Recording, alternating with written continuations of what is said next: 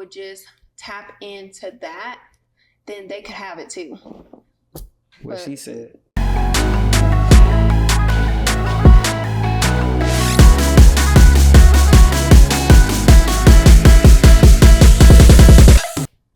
What's up, guys? Welcome back to another episode of You, Me, and a Cup of Tea.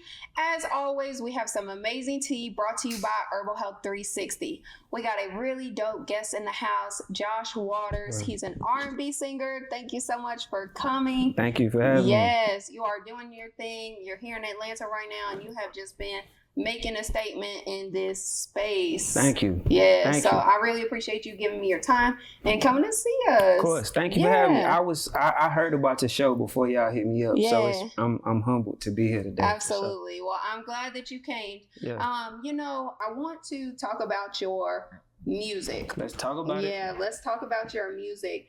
I know that it kind of started young. Yeah. When did you find your purpose and what gravitated you to it? So I started young. As far as my purpose in music, I think I wanted to preach when I was a kid. And I'm not a churchy person. I'm not a religious person even. And so I always was trying to figure out like, well, God, how I'm gonna do that, my boy? And so he was like, I'm gonna give you the gift of music. And so they go hand in hand for me. Yeah. I think early on, shout out to my brother Jeremy. He was a musician. My mom was a vocalist. I was just around it all the time. And for me, entertaining came naturally. I was in Kappa League growing up. I was always doing something to like entertain. I was in a marching band, drumline, stuff like that. So I think I realized music was the thing to where obviously I can get an audience. Now I have a platform and now I have a responsibility. I just got to be mindful of what it is that I'm feeding them. So the preaching and the entertainment just kind of went hand in hand. Yeah. You know what I'm saying? So early on, bro, I was signed to independent labels in high school. My mama was letting me skip school, drive to Atlanta and stuff. So like I always knew that this was what. Yeah, it was going to be. This was going to be the outlet. Yeah, you know what I'm saying? Absolutely. So yeah, just was always around music. Yeah. You've definitely been gifted with something special and you use that to heal others. Thank you. What is the key to tapping into your highest vibration? Answering that as is specific to me, because I don't want to make the answer seem like this is what I do and everybody needs to do it. I think it's so many different things that a person could decide to do to answer that for themselves, right? But for me, what I do on a consistent basis to tap into my higher self is just practice awareness, self-awareness. So whether that be through meditation, making sure I'm keeping myself grounded through nature, these are the things that I do to keep myself aware of what I'm feeling constantly, what I'm going through, so that I can constantly show up as my higher self. Absolutely. Yep. So what does a day that causes you grief, a day that causes you anxiety, what does that look like for you to, tap yourself back into where you really need to be, where you know you should be? Because we all struggle with things that occur in life that kind of knock us off of where we're at. Yeah. That's a great question. This is so good because let me answer. On tough days, I typically have somebody around me. So whether it's my manager, shout out to my brother Griggs, people that I can be my authentic self around and with so that they can kind of see he's not at 100% today. And if I'm not aware of this thing, there's somebody around me who's going to kind of put me in check. And as far as, so what do you do at that point? I think that's where awareness comes in and being able to really self-regulate through these emotions. So whether that be through praying, finding a way to center myself. And I guess that would go back to me saying, going back into nature to ground myself. Because ultimately, if I'm having a tough day, it's because of something outside of myself. Right? Right. So I think for me, the point is to go back within so that I can like effectively move through whatever this could be that's before me. You know what Absolutely. I'm saying? Because a lot of people too, they will see, people that are, vibrating at a certain frequency. They'll feel like we don't have episodes of low episodes of low vibration, For right? sure. They feel like, we don't go through certain things, but it's the fact that we deal with it in a different way. Yeah, man. And I think too, man, so like me and everything go back to my partner Griggs. We have conversations about like being woke all the time, right? And I feel like there's this stigma attached to that phrase or hotel people, whatever you want to call quote unquote high vibrational folks, as if they no longer experience turmoil or grief. And it's not the case. I think the difference is worldly issues. I think the issues, obviously not think, they still are there. Awareness just means to be aware of what's happening so that you are provided with more perspectives on how you want to respond to this stuff that's happening. And your response is everything. Yeah. So this I really want to get into this. How do you, as a high vibrational person, someone that can, be self-aware and tap into that, how do you deal with losing or letting go of low vibrational people in your life that are ultimately not meant for you? You care for them, you want them to be in your life, but you know that their vibration is preventing you from being your highest self. So I think, in short form, as far as an answer, I think choosing myself. You know what I'm saying? And choosing myself is me choosing them too, if that makes sense. I think people are super selfish. And you asked it was a good wording, I guess, with the question. I may want a person in my life, but it don't mean you're supposed to be there. Yeah. So versus me making it about their vibration, I could just have gratitude to God or the universe, whatever you want to call it, for making me aware of the fact that we don't share a frequency, so that I can make a conscious decision to remove myself, because I know that this will only attract what it is. Yes. You know what I'm saying? So, and also too, just like you said, sometimes it's for them too. They may feel the same way about you. You know what I'm saying? They may not, your frequency or vibration may not align with them. Right. And you allowing that to leave. Look, I feel like a lot, you're exactly. That's right. No, for sure. I think it's that, man. Yeah. In a nutshell, and sometimes you just have to be okay with the decision that you make, even though it may cost you moments of pain, of grief, of, sadness, dark times. You have to know that it's ultimately for what's best. Exactly. And if I'm real, my perspective on all those things, grief, pain. So I got a 7-year-old son, right? And right now I'm in the process of trying to explain and articulate to a 7-year-old what perspective is, right? My son still lives in Mississippi. I'm obviously here in Atlanta. Yeah. So when we on the phone, I'm like, how was your day? He just started school. He like, man, bad. Everything was school, bad. I'm like, nah, you can't tell me that tomorrow. You feel me? Because I think, son, you're not looking at it from the right perspective, right? And so I think that goes the same way. My perspective on pain isn't a negative one. If you go to the gym, if you want to put muscle on, it hurt to do that. Yes. If you want a summer body, it don't feel good to be in there, but you down to endure it because you want what's on the other side of that pain, right? You want the growth. It's the same thing in life. It's like people look at trials and tribulations like God is doing a thing to you, but it's all of it is for you. You feel me? So it's like, I think once I was able to shift my perspective, I stopped viewing. My father passed, bro, when I was 6 years old. You feel me? So at a young age, I had to start having a perspective about something that was so grandiose. You feel me? Yeah. And I could look at that like, God, why you take them? Or God, why you take them? Right. Because there's a why. Right. You feel me? So perhaps that answer is attached to me figuring out my purpose as a man. What's the purpose? Was it for me? Was it for my growth? Was it for my understanding? Was it? Yeah. So, and I think perspective, being able to change the way we look at pain and triumph and shit like that, I think it makes it not easy, but easier to go through. You know what I'm saying? Absolutely. I love that perspective, and just taking that moment to just sit back and really just dissect it all. Yeah. You know what I mean? Yeah. So, I really want to, we have discussed before, but I really want to tap into Prana Energy. Okay. I know you have a project coming out in a few. So tell me what Prana Energy is, and how do people tap into that? Okay. So Prana Energy is just life force energy. Mm-hmm. So Christians might call it whatever they do. Other religious groups might call that whatever they do, but it's just the life force, energy that allows you to move through life.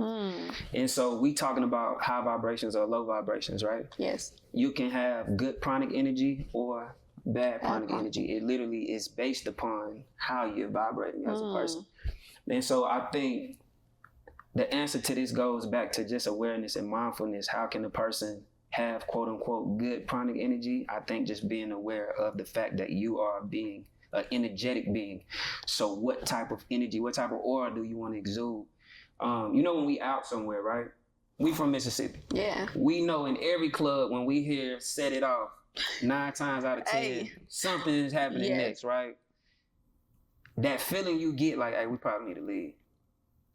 That's a aura that's being set off into this space. You know what I'm saying? And so the difference in that and just this one that we're exchanging right now is that it's so many people that it's a lot of folks vibrating off of each other, music playing into this, all type of things are transpiring to make that energy be so intense and so strong.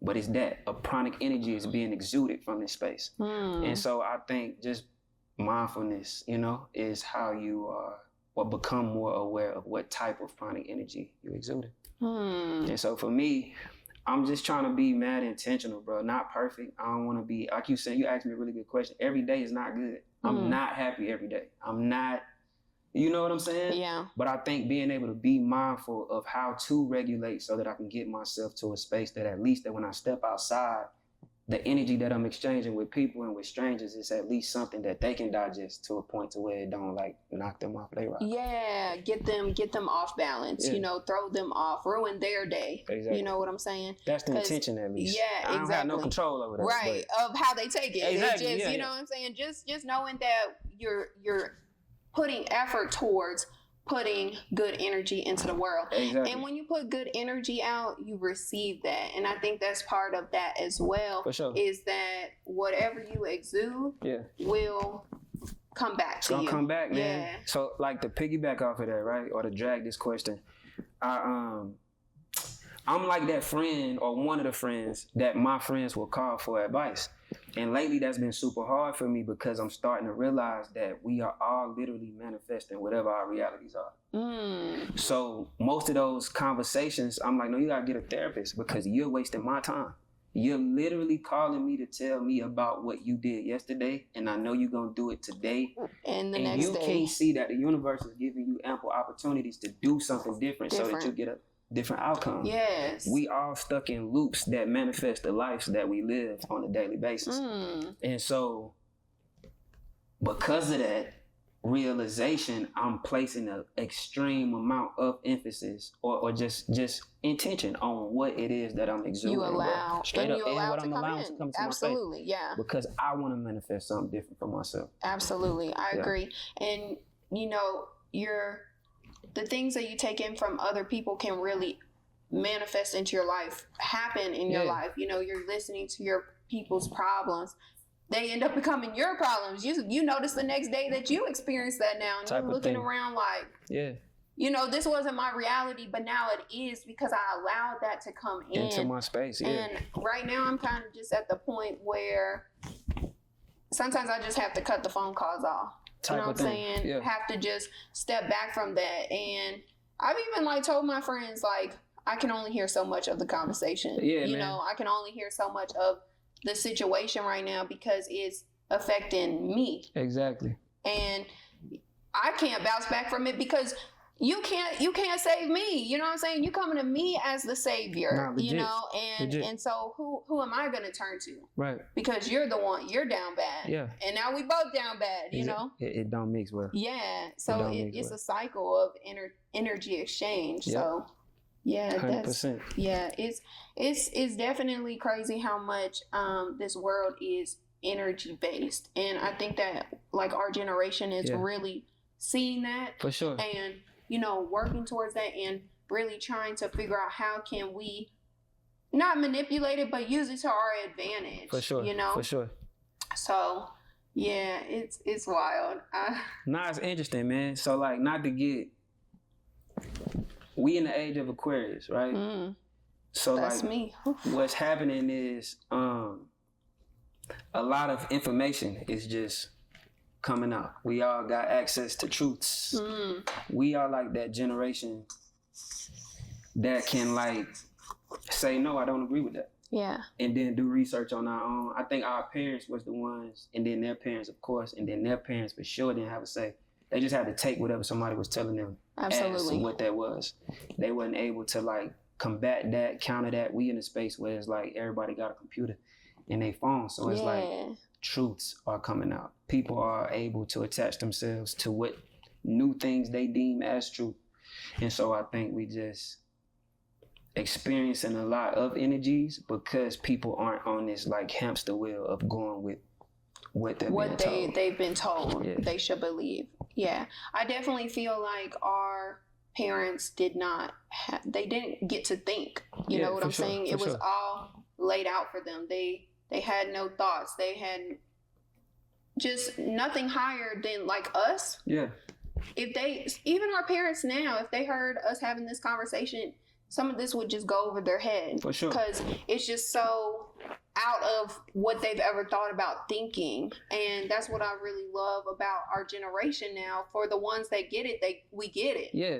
You know? Yeah. And I got to give our parents credit in case your mom and my mama watch this. Absolutely. Because them not knowing or not thinking outside the box was by design. So it wasn't on them. It's not their fault. You know what I mean? Absolutely. So, it's not their fault. You know, they did what they could with the information that they had. Exactly. And that's just it. Exactly. And it's like you said, now we have everything at our fingertips. Yeah. You know, someone can give us a piece of information and we can say this isn't right and I'm not going to accept that. Right. And we can do our own research and educate ourselves. Literally. And knowledge is literally key to everything. For sure. You know, just obtaining information. So what does music look like for you in the next 2 years? What do you have coming up that you're working on that you're ready to give to the world? Well, so I'm working on the project. In 2 years, I'm gonna be the biggest artist on this side of the equator. Say it. No, come seriously. So for real. Nah, for real. But I don't know, man. Music, because there's so much purpose attached to it, I low-key care and don't care where I end up. Yeah. I'm just trying to honor God with it. So wherever he put me is where that'll be. You know what I'm saying? The servant, yeah. Yeah, so I'm excited about the music that I have coming out, man, as an independent artist. Shout out to the independent artist. My first independent shot in a minute, bro. So I'm excited, bro. But music looking good. Yay. Good music for you. Good. No, you definitely can, like I said in the beginning, you can definitely feel that from you, feel all of the energy that you pour into it, and you can tell that it's more than just music for you. It's deeper than that. There's a why, there's a purpose, there's a reason. Yeah. So keep doing that, keep feeding into that, you know, and in 2 years, I can't wait till we watch this in 2 years. And you the biggest artist on did y'all hear him? The biggest artist on this side of the equator, okay? Not legit. Thank you, though. No, for real, big facts. So I really appreciate you so much, for coming and just exchanging this energy with me, because so many people, like I said, they just think that we have it all figured out. Yeah. That people have it all figured out, that, you know, things just come easily, but it's inner work that you're doing. It's energy that you're putting out that is allowing you to receive more. Exactly. So if people would just tap into that, then they could have it too. What she said. I'm just saying, we're going to leave it at that. Y'all. Tell them where they can follow you and connect with you. All right, man. It's Josh Waters. Y'all can follow me on all social media platforms at Josh Waters Music. And I might follow you back. Thank y'all so much. You are so silly. Thank you so much for coming. Thank y'all so much for tuning in to another episode of You, Me, and a Cup of Tea. Make sure y'all subscribe, like, and comment. And we'll see y'all in the next episode.